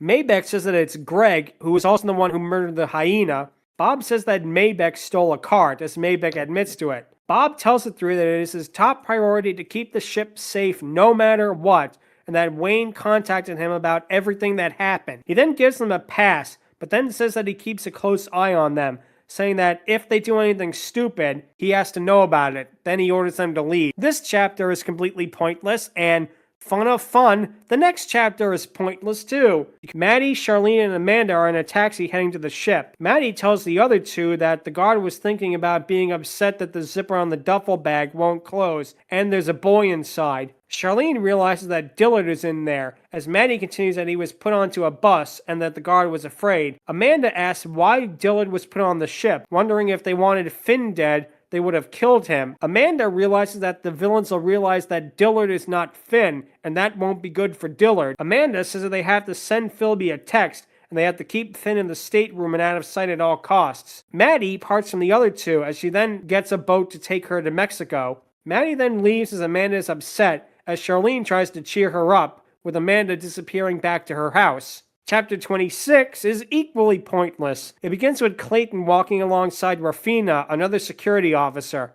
They manage to go into a crew-only area with a large series of pipes and 2 steel boxes. He notes a stain on one of the boxes and that it's soda. Clayton goes downstairs while Rafina climbs up the wall, manages to see the top of the steel box. It turns out to be filled with newspaper, food wrapper, and soda cans. It turns out to be Kenny and Greg, as Rafina says that Greg is on drugs, and Kenny says it's because he warned them about the villains. Is there a little steel box area when the Eds hid when they played hide and seek? They were spraying soda, then Ed showed up and he sprayed 5 cans at once. Nice one. Chapter 27 begins with Willa not being able to attend their meetup, as the rest of the keepers meet up. Maybeck is sleeping off his headache, as Finn tells them about the 3 steps to summon Chernabog.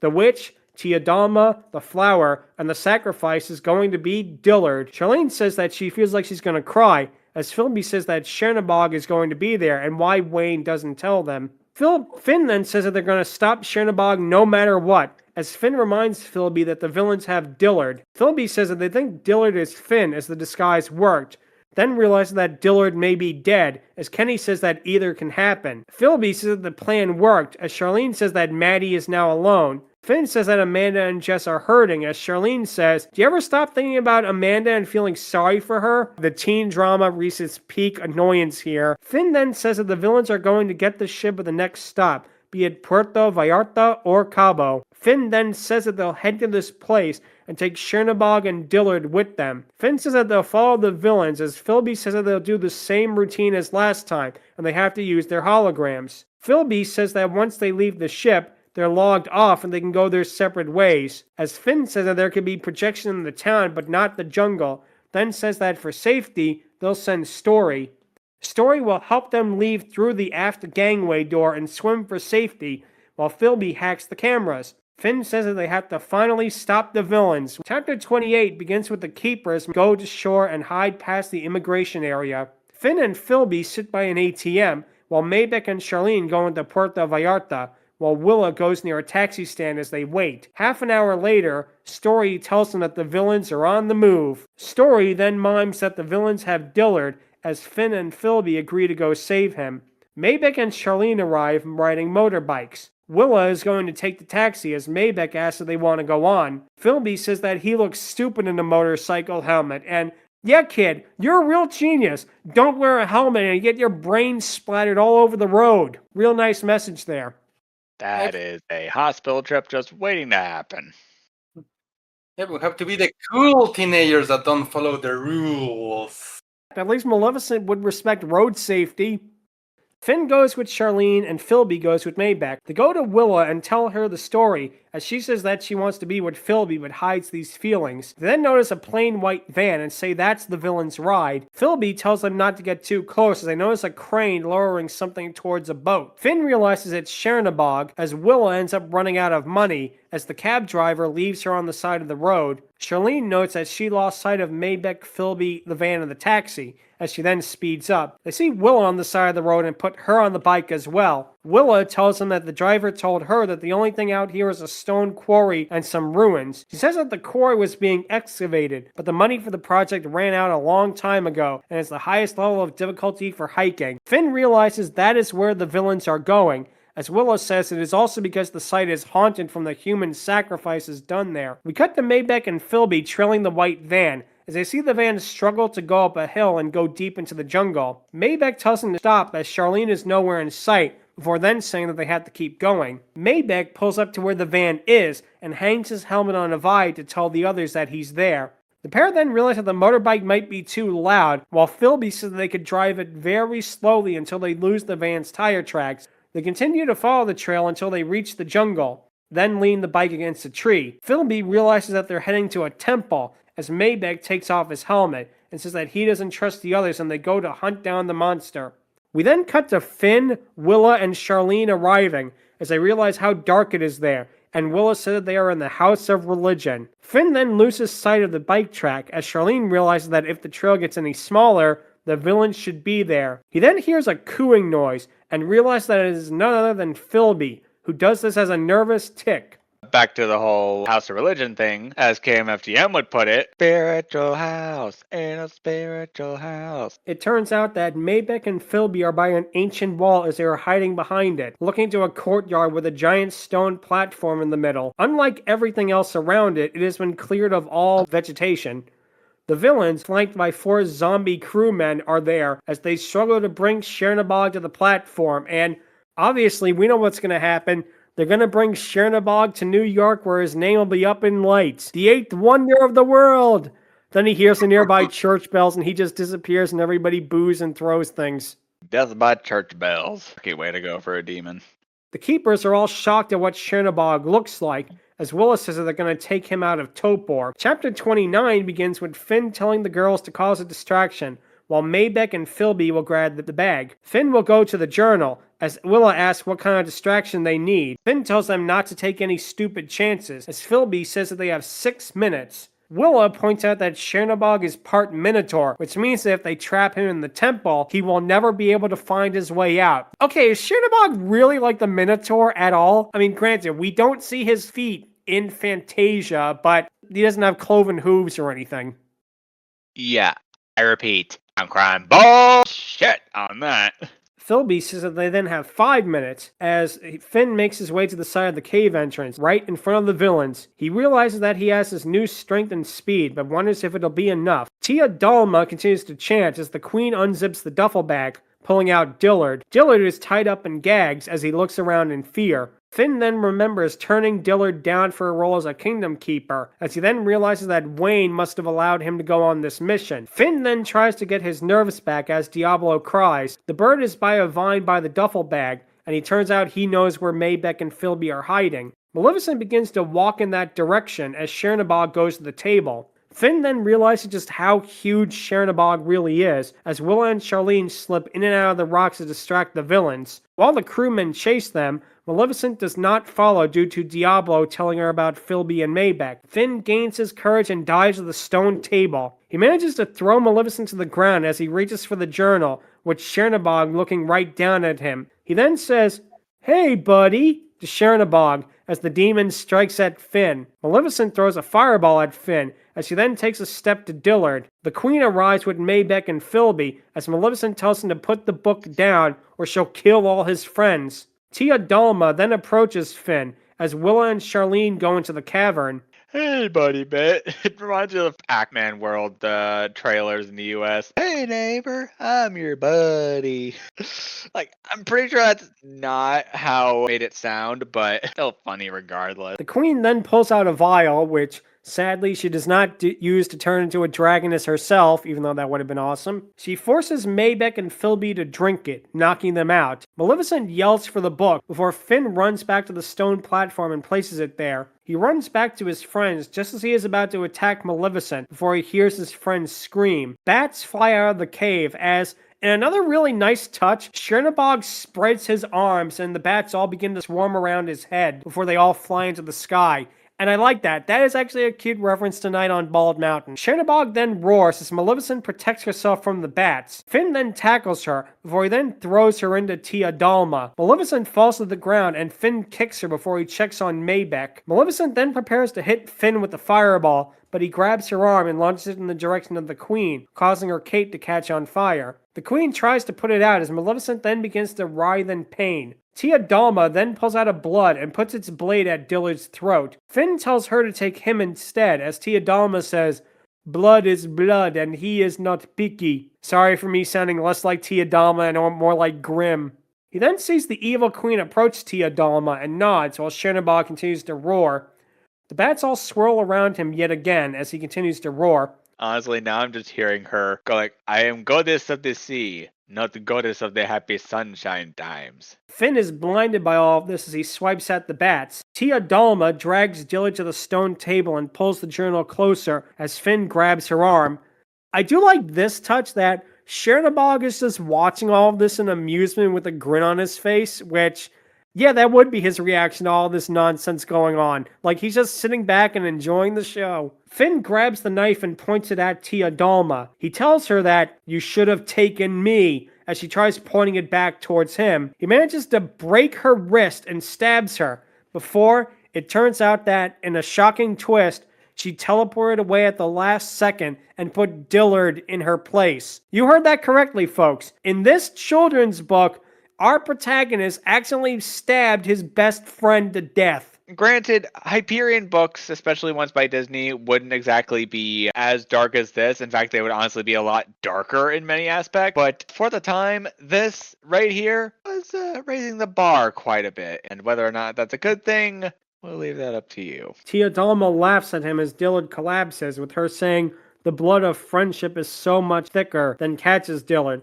putting him on the table. Finn begins to punch Tia Dalma as she falls down to the ground unconscious. Finn then puts himself between Chernabog and Dillard as he waves the knife at Chernabog, which is, yeah, kill a giant demon with a tiny knife. That'll work. Chernabog swings at Finn as he drops the knife. Then he kicks Chernabog's chest. Chernabog slams his fist on the table and shatters it, and continues to smash it before Finn falls into the dirt. Chernabog then picks up the knife and begins to lick the blood off of it before he begins to get even larger. He then looks at Finn and smirks before Finn grabs the knife and stabs Chernabog in the thigh with it. This manages to hurt the demon as he roars. Finn runs away with Dillard as Dillard dies in his arms tonight. Must have been something he said. He should have walked away. He should have walked away, but he couldn't get away. He just died in his arms tonight. As for the knife penetrating Chernabog, it's a ritual knife. It's probably made of some sort of materials that make it pretty dang effective against demons and the like. Finn begins weeping as Dylan says his last words, which is, "If you don't take a chance, you don't have a chance." Chernabog wants more blood and begins approaching Finn, as Maleficent manages to get up, saying that Chernabog is awake. Finn carries Dillard's corpse into the cave as he goes deeper and deeper. Charlene and Willa tell him that it's a labyrinth, and if he goes in, Chernabog will never be able to get out. Finn then says that he can lead Chernabog down a path, as Willa points out a spider nearby, and if he squeezes it, he could use the silk like the string in the original Minotaur story, which has very little to do with Night on Bald Mountain.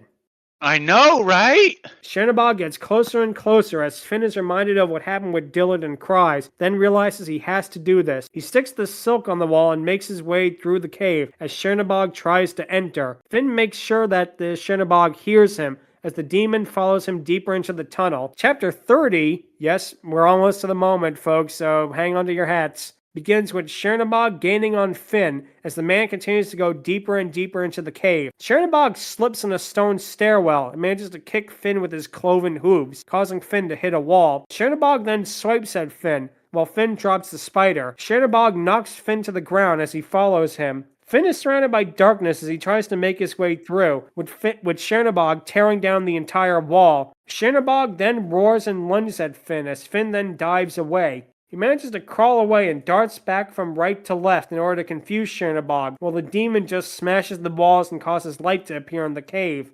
Finn then notices what Chernabog looks like, again, and stares in horror, again, as Chernabog kicks him into the wall, again. Finn then picks up another spider and uses its silk. Chernabog continues to roar and lunge at him before Finn goes through his legs, causing Chernabog to kneel. Finn then manages to elbow Chernabog's neck, somehow managing to hurt the demon. He continues to knee and elbow Chernabog, causing the demon to fall to the ground. He tries to attack Finn, as Finn then hits the wall so hard that it blinds him. Finn then runs deeper down the tunnel before Chernabog lunges forward, getting caught in it. His growls get more and more strained as Finn uses the spider thread to make his way. He enters a chamber with 3 different tunnels, trying to go to the middle one. The middle one turns out to be a dead end as Chernabog bursts into the chamber. Finn charges at Chernabog, as Finn then lunges for the knife in his leg. Chernabog smacks Finn into the ground as Finn notices a tunnel escape. Before he can use it, Chernabog blocks all of the exits and squishes the spider. Finn realizes that the spider died like Dillard, which then gives him the strength to tackle Chernabog. He pulls the knife out from the demon's leg and stabs him in the chest. Chernabog roars and pulls the knife out, shattering it against the wall. The roof then begins to cave in as a flood of water happens. Chernabog swipes at the water while Finn swims away, heading to one of the tunnels. I mean, it's no Heihachi Mishima method, as in taking Chernabog's battered and beaten up corpse and dropping it into a volcano, but it gets the job done. Chernabog, it turns out, is scared of the water and swipes at it as he tries freeing himself from the lake. Finn realizes that 2 of the entrances are dead ends and goes to the one on his right. Finn then realizes that Chernabog is afraid of water as the beast screams in terror and is trying to fight it. He swims underwater as Chernabog then begins to drown. He looks for the silk underwater, but then finds that it is nearly invisible to find. As Chernabog just barely manages to free himself, Finn remembers what Wayne said about losing yourself. It turns out that instead of losing yourself, you have to lose yourself. Finn then begins glowing and finds inner enlightenment as he follows the silk out of the tunnel. We cut to Willa and Charlene evading the guards as they then argue about the plan. They then look at Dillard's body and are haunted by his face. Charlene enters the stone corner near the exit as Willa agrees to the plan. As it turns out, Maleficent and the Queen are waiting along the entrance. Charlene sprints across the courtyard in a zigzag pattern as Maleficent throws a fireball. Charlene enters the tunnel as the pair of villains follows her, with the Queen noticing Chernabog's hoof prints. Charlene and Willa hide on the ceiling as Maleficent and the Queen go down the right path, with Willa and Charlene erasing their footsteps. Willa or Charlene then says that they managed to trick them, then carry Dillard's corpse out with them. At least it's Dillard's corpse and not Bernie's, because that would make this even weirder. Indeed. We got to Finn managing to escape Chernabog, only to see Maleficent and the evil Queen heading towards him. He gets halfway up the tunnel before Maleficent stops him. Finn then realizes that he has to stop Maleficent, as when she throws a fireball at him, Finn manages to use his Neo powers to dodge it. I don't know if Maleficent is a more competent villain than Agent Smith, but I want to see her doing the final speech in Matrix Revolutions. That would be way, way better. The only way Finn could be any more like Neo is if he had leather on and 6 shades and had the similar haircut. Also, maybe a deal with Pixar later, but... Ladies and gentlemen, boys and girls, it's time for the moment you've been waiting for. After 31 chapters of nonsense, a lot of it we skipped over, by the way, we finally get to see Maleficent.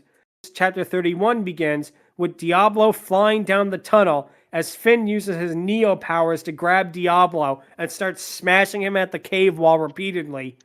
Maleficent yells at this as he walks through her fireballs and tells her to bring it on.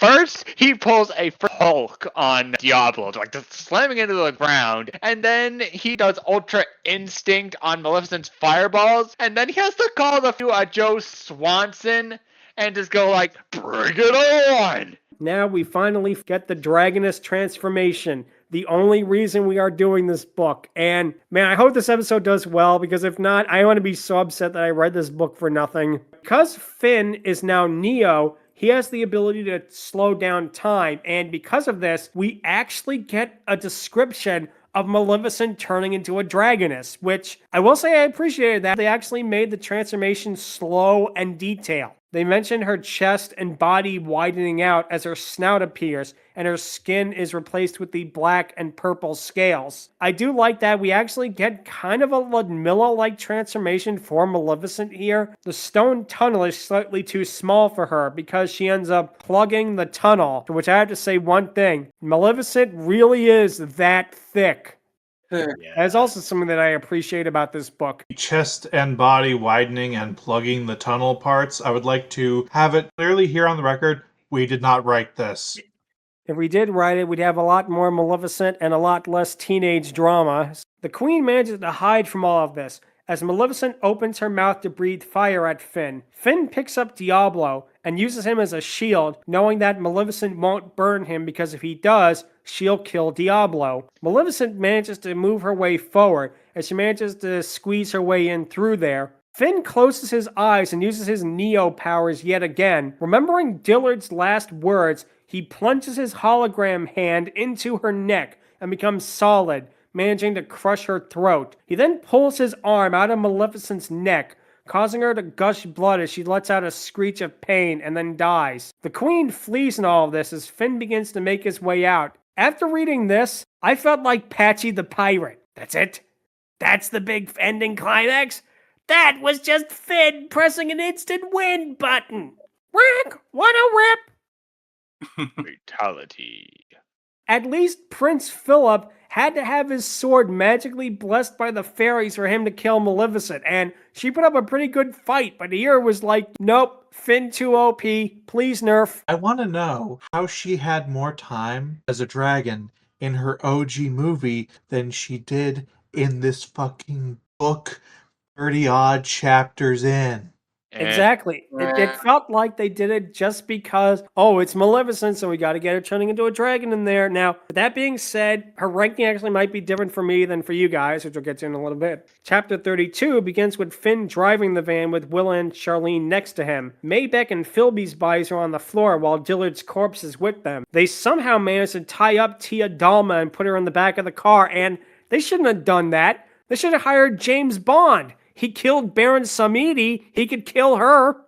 Charlene wants to kill Tia Dalma, as Finn says that only he can. Willa sobs that Philby and Maybeck are under a spell that Finn says they can be saved. Finn then sees he has the knife that Shenabog broke and remembers all that happens. He then pulls over to the side of the road and throws up, which I only want to bring up because, thank you, book, I really liked that, as Willa realizes something. Since the Queen from Snow White cast the spell, it worked just like the poison apple, and only true love's kiss can wake up Maybeck and Philby. Charlene and Willa then kiss Maybeck and Philby, and we don't know if they get up yet. Yeah, back to that little bit. Yeah, given everything Finn's been through in this book, I would definitely think that is a logical reaction to seeing your best bud get killed, and not to mention everything else that just happened. Friggin' Turnabog was more than enough to make him lose his lunch at that point. Like, I would put that kid in therapy if I were you. Chapter 33 begins with Greg waking up in the ship's hospital as Clayton and Bob are with him. Clayton notes that Greg's eyes were green earlier, as Bob says that Greg came aboard illegally. Clayton says that they're taking him off the ship, as Greg tries telling them about the witch. Bob doesn't believe it, as Clayton approaches Greg and asks him what he means. Greg says that, I was supposed to get one of them for her, but I wouldn't do it, so she got me. Greg then says that it's bigger than she thought and that there's an army. He collapses as Bob asks what he means, when Clayton says that there might be a war coming soon. Chapter 34 begins with Charlene, Finn, and Willa standing on the deck as Maddie sees them and smiles. A Disney Channel drone follows them, as Charlene then remembers about the kid in the lounge telling her about TV. Finn realizes that the drone has been filming their every single move since then. Brings up all kinds of horrific implications. Willa then changes topics, saying that Maleficent is dead, Chernabog is gone, and they beat the villains. Finn then says, you know what they say about evil? All toasters, toast, toast. Yeah.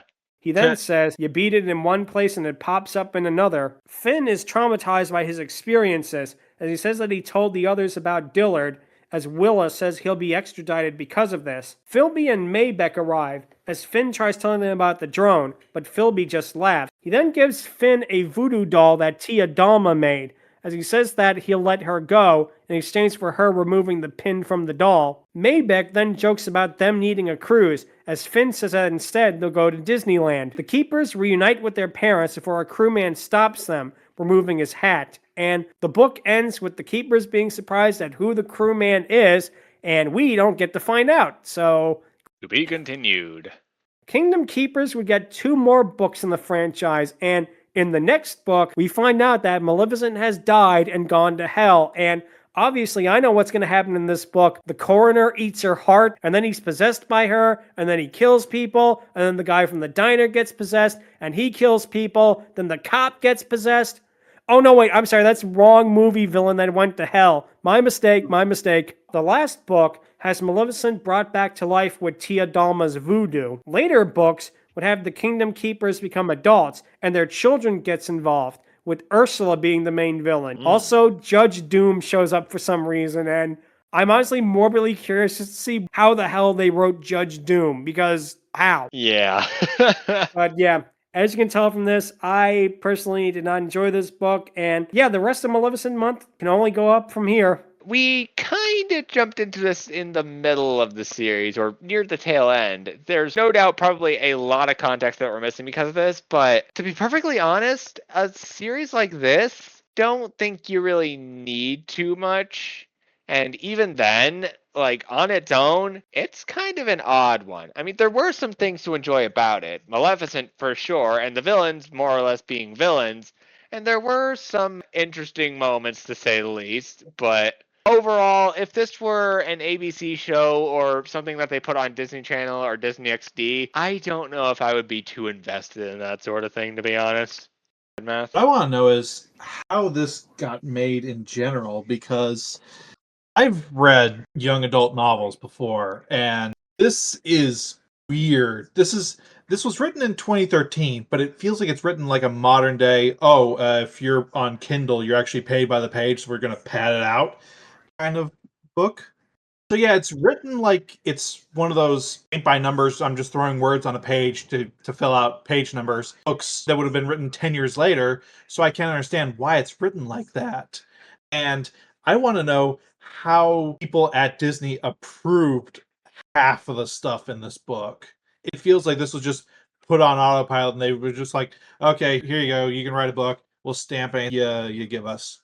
Maleficent Month can only go uphill from here, but that's going to lead to the question of the week, which is, what was your favorite book series when you were younger? I'll go first, and mine is not Harry Potter. It's actually something a little bit different. Mine is Lemony Snicket's A Series of Unfortunate Events. I had all the books as a kid. I read them over and over and over again. I actually started, believe it or not, with the 11th book because it was cheap at a bookstore and I got it, and it just got me hooked right away. I jumped in from the 11th part of a book series, and it was so good that it really got me hooked, and I ate those books up. Every single one. I still vividly remember counting the days until the final 13th book was going to be released and getting it as a gift and just like almost reading through the whole thing in a single night. I'd actually stay up late at night and read these books because they do darkness for children in a really well done manner. They actually managed to do what this book did not, and managed to be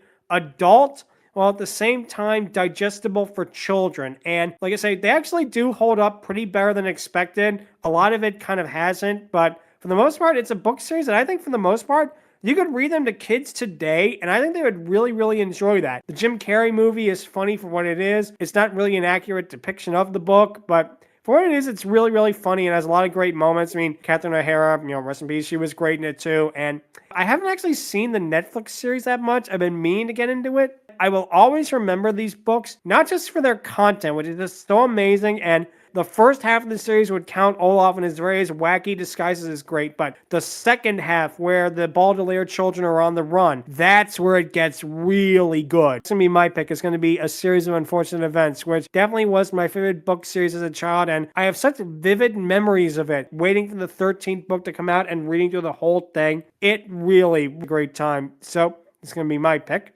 Yeah, I think my favorite bit to this day is the reptile room from that series, and for obviously valid reasons, but overall, it was the closest the Baudelaires ever got to having an actual family. Definitely sucked when it got ripped away like that. That was actually one of my favorites too, which probably led to my love of dragons later on. But yep, this is going to be my pick. Angron, what would yours be? I did read a few novels growing up, Diary of a Wimpy Kid being one of them, but that one didn't entirely resonate with me as much as my actual choice, which was the Bone series. Yeah, I know. Graphic novels, not exactly traditional for this kind of question, especially after we did an actual novel. I'm sorry, it's the book series that I just loved the most growing up. I collected as many of the books as I could. I got some of the side stories. The handbook had some recipes where we actually made one of them. The world and characters inside here. Like, yeah, Lemony Snicket also made dark stuff digestible for kids, but this definitely bridged that, while a little less, but it definitely bridged it. And I do appreciate them including some pretty dark stuff in there as well, while also making it common writer levels of entertaining and manageable for children. And I, for one, definitely appreciate a series doing that. Especially from someone like was praised by Matt Groening, the same guy who made Simpsons. Yeah, that's going to be my pick for that reason alone. That's a great choice right there. I could definitely see why you'd pick that one. Let's see, Math, what would your pick be? Old Man Math is not beating the allegations. As a kid, I read this book series, and I've seen basically every iteration of it as a kid as well. Lord of the Rings. Individual books I've liked more just in its own self-contained way. There is no series that will ever beat Lord of the Rings for me. It is just like perfection on page. I've watched every version, like I said. I've seen the Rankin Bass versions. I've seen the Bakshi versions. I've seen the Jackson versions, obviously. Like, name the Lord of the Rings thing, I've seen it. Because the books were so good, you're able to get so much from that. And what's always fascinating to me is watching all the different versions, seeing what they kept and what they changed and what they didn't put in each version. Hi, Tom Bombadil, how you doing? One of my favorite things to point out is people will give Rankin Bass shit for being a bit weird with their animated versions, which I do too, but the songs were actually in Tolkien's books. He was good at making songs to complete the world. They actually kept those in. So that's a cool little feature that you don't think about unless you have read the books and know this shit is in there. I could definitely see why, because again, there's something about Tolkien that he really just still has the power all these years later, which shows us what an amazing writer he is, that he still manages to captivate us. I mean, we are, 70, 80 years later, and people are still trying to imitate Tolkien. That's staying power. Let's see, Shark, what would your pick be?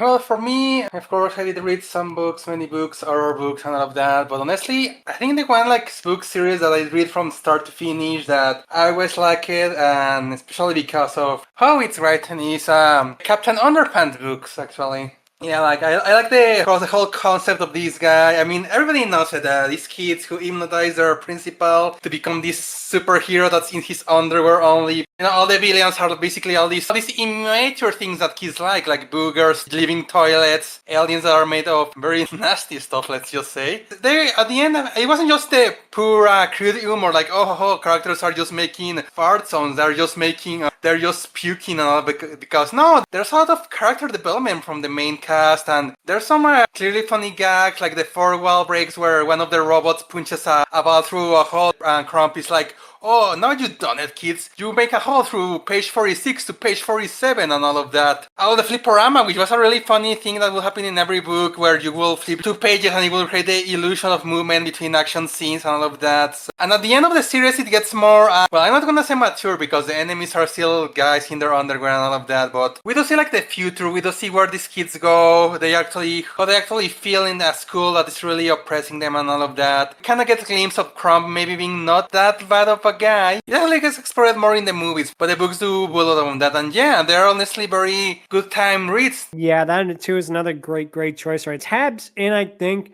to children wanting to be free, and it's their sense of humor, but it's also the sense of adventure. Now it is time for the patent-pending Dragoness Scale, where we are going to rank Maleficent, specifically from this book. I don't know about you guys, but for me personally, granted, she only becomes a dragoness right near the end. And granted, she pretty much only shows up, doesn't really make any attacks, and nearly instantly dies because Finn is too OP, please nerf. With that being said, I do like how we actually got a slower and more detailed version of the transformation. It did what the book did not do, and actually managed to tell us how she manages to shift from a human being into a dragoness. I appreciate that. With that being said, for all of the book's faults, she is in character. I have to give him credit. She is perfectly in character for the book. She doesn't do any, like, how do you do, fellow kids kind of things. It's like they kept the Disney villains as true as possible, which makes everything around them even more frustrating. But with that being said, I'm actually going to give her a pretty high score of 6 out of 10 for this. So let's see, Angron, what would you give her? I'm going to go a little higher, to be honest. Here is basically her being in character and as menacing as she was in Sleeping Beauty, if not a little more so. She's able to sway water goddesses like Calypso, and was able to get someone like the Wicked Queen and Cruella de Vil, even if she was lady not appearing in this book. She pretty much owned every scene she's in. I mean, sure, the impact was definitely lessened thanks to the kids being kind of OPAF and having plot armor. What they do with her in this book definitely makes it worth transitioning through a very interesting novel, to say the least. So it's for that reason I am absolutely going to give her a 9 out of 10. Like, she's still Maleficent, nothing has changed, and how she goes out, not gonna lie, is pretty damn metal. But yeah, at the end of the day, it's still Maleficent, so it's for that reason she's getting a 9 out of 10.